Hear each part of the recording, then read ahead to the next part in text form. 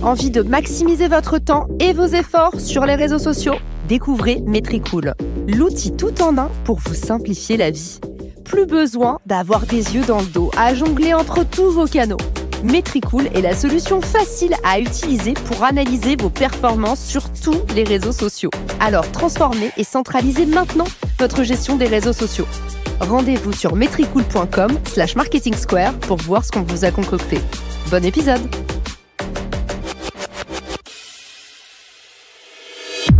Vous êtes nombreux à vous être laissés tenter par ce format sexy, la newsletter, le rêve de tout créateur. Maîtriser, posséder sa propre base email, ne plus être dépendant des algorithmes, mais savoir précisément finalement qui sont ses clients et les toucher en plein cœur de leur boîte email, c'est-à-dire l'endroit où on est le plus perméable à l'information.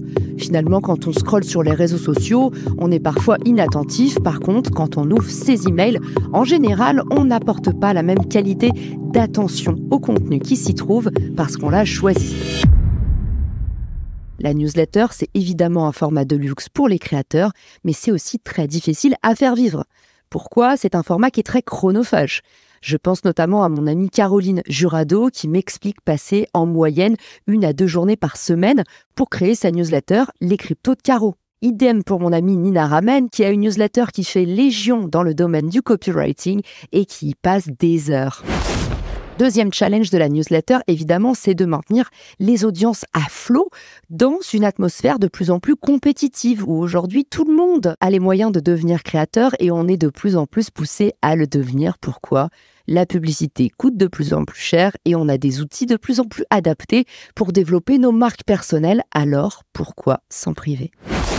Troisième challenge de la newsletter, outre le fait que ça prend du temps et que c'est difficile de fidéliser ses audiences, c'est de plus en plus difficile également d'aller chercher des nouveaux emails parce que les gens en ont leur claque d'avoir 35 000 newsletters et ils connaissent la valeur de la donnée.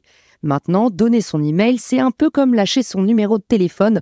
On est de moins en moins partisans de faire couler à flot les données autour de nous et de nous retrouver après noyés sous la publicité.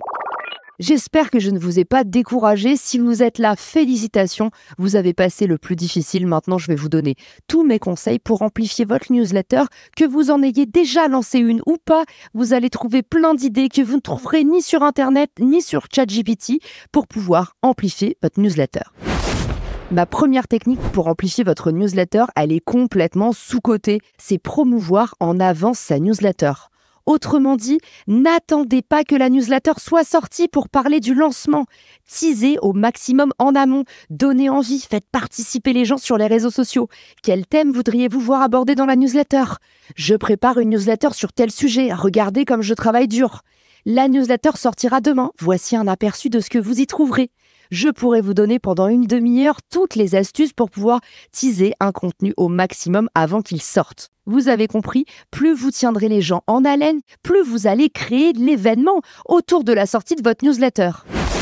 Deuxième technique, cross-promouvoir sa newsletter. À tes souhaits, Caro, qu'est-ce que ça veut dire cross-promouvoir? Évidemment, travailler de concert avec d'autres créateurs.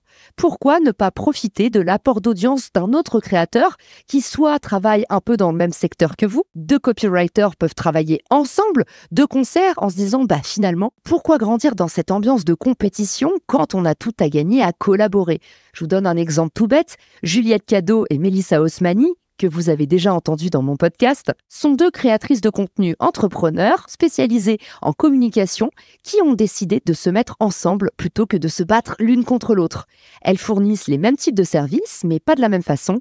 Elles n'ont pas la même marque personnelle, chacune a ses spécialités. Et voilà comment s'est formé un des duos les plus réussis de l'année. Vous pouvez cross-promouvoir votre newsletter avec un autre créateur. N'ayez pas peur de perdre des audiences, vous avez votre patte, vous avez votre signature et vous avez votre valeur ajoutée. Plus vous cultivez des insécurités et vous restez dans votre prison dorée, plus vous vous gâchez des opportunités potentielles. D'ailleurs, ça me fait toujours de la peine d'entendre des collaborations où les personnes disent « Ah, mais je ne veux pas travailler avec lui, il a 5000 abonnés et j'en ai 30 000 ». Aujourd'hui, même si vous faites la promotion d'une créatrice qui a 5000 abonnés, c'est déjà 5000 nouvelles personnes de toucher pour vous. Alors, cessez de comparer, cessez de mesurer et faites grandir la part du gâteau aveuglément. Vous verrez, l'effet cumulé sera au rendez-vous. Vous pouvez évidemment cross-promouvoir aussi votre newsletter avec des personnes qui ne sont pas dans votre secteur d'activité. C'est l'occasion d'aller toucher des audiences que vous n'auriez jamais touchées autrement.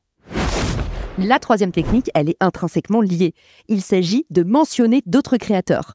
Encore une fois, faites grossir la part du gâteau et n'ayez pas d'insécurité à perdre vos audiences, à ce qu'on aime plus d'autres créateurs que vous. Au contraire, soyez dans la logique de générosité. N'hésitez jamais à mettre en valeur les autres en permanence dans vos propres contenus, que ce soit les invités de votre podcast, que ce soit des influenceurs de votre secteur, et même, pourquoi pas, des personnes qui feraient la même chose que vous de près ou de loin. Plus vous mentionnez les autres dans vos contenus, plus vous devenez remarquable. Également, plus vous les mentionnez dans votre contenu, plus vous existez via eux. C'est-à-dire que lorsqu'on ira rechercher ces mots-clés dans les barres de recherche, sur les réseaux sociaux ou sur Google, vous ressortirez par capillarité. Autrement dit, mentionner les autres, c'est aussi une très belle façon de rayonner vous-même. Quatrième technique, la technique du oui FM. À chaque fois qu'on écrit sur les réseaux sociaux, on devrait se poser la question avant de publier « What's in it for me ?» Qu'est-ce qu'il y a pour moi à l'intérieur de ce contenu? Je parie que l'acronyme WIFM rendra tout ça encore plus facile à mémoriser. Lorsque vous diffusez votre newsletter, montrez l'intérieur avec un petit gif. Parlez de ce qui se passe, parlez de à qui elle s'adresse, quel problème elle résout. Bref, posez-vous la question « What's in it for me ?» Qu'est-ce qui, moi, me convaincrait d'ouvrir cette newsletter? Plus vous montrez ce que cette newsletter a dans le ventre et va leur apporter, plus vos audiences seront conquises et n'hésiteront plus à s'abonner. Cinquième technique, redistribuez votre newsletter, même à l'intérieur de votre propre newsletter. Vous avez dû remarquer, souvent quand je vous fais des épisodes de podcast, je vous amène vers d'autres épisodes de podcast. Autrement dit, je crée des boucles infinies à l'intérieur même de mes propres contenus. C'est ce que vous devez mettre en place pour la newsletter. N'hésitez pas à truffer votre newsletter de liens discrets qui renvoient vers d'autres contenus que vous avez créés. Ainsi, dès que vous gagnerez une nouvelle lecture sur votre newsletter, potentiellement, vous en déclencherez une dizaine d'autres. Et voilà comment on crée l'effet cumulé à partir d'un lecteur appâté. Vous verrez, dans ma newsletter lessecretsdumarketing.com, je passe mon temps à vous donner d'autres ressources qui datent de bien avant. Le contenu est toujours un peu auto-entraînant. Plus vous en avez fait, plus votre croissance va vous porter. C'est l'effet magique de ce que j'appelle le back catalogue. Plus vous avez du stock, plus vous pouvez vendre. Ma dernière technique, et non des moindres, concerne la monétisation. Ne prenez pas des sponsors qui ne vous plaisent pas vraiment. Aujourd'hui, le problème de beaucoup de newsletters, c'est que la pub ressemble trop à de la pub. On ne comprend pas que c'est vos partenaires et que vous les kiffez vraiment. Si vous voulez apporter de la valeur et monétiser sans détruire votre audience, ayez toujours l'optique de conseiller un produit, un service exactement fait pour votre audience. Vous l'avez peut-être remarqué si vous suivez lessecretsdumarketing.com, mais tous mes sponsors correspondent à mes épisodes. Si je fais un épisode sur la vente, je parlerai d'HubSpot. Si je fais un épisode sur l'influence, je parlerai de 18h08. Si je fais un épisode réseaux sociaux, ce sera certainement aux côtés de Metricool. Soyez malin dans l'intérêt des sponsors, de votre audience, mais aussi de vous-même. Plus vous créerez des publicités qui ne ressemblent pas à des publicités, plus vous serez lu, sollicité et plébiscité. Pour cette raison, ne vous jetez pas sur le premier sponsor venu qui pourrait juste barber votre audience. La newsletter, c'est pas un sprint, c'est un marathon. D'ailleurs, je vous mettrai mes newsletters préférés dans les bonus de l'épisode. Si cet épisode vous a plu, évidemment, vous savez comment me faire plaisir en rejoignant ma liste email. C'est seulement une newsletter par semaine et je vous livre tout ce que j'ai appris, compris et que vous ne trouverez jamais sur ChatGPT. J'aime bien dire que c'est la meilleure façon de progresser sans même y penser. Et puis évidemment, si vous avez le temps, une petite review m'aide énormément. Alors maintenant, au boulot et comme on dit chez moi, il n'y a plus qu'à. Ciao! Si cet épisode te plaît, tu peux le partager en me taguant ou lui laisser 5 étoiles sur Apple Podcasts.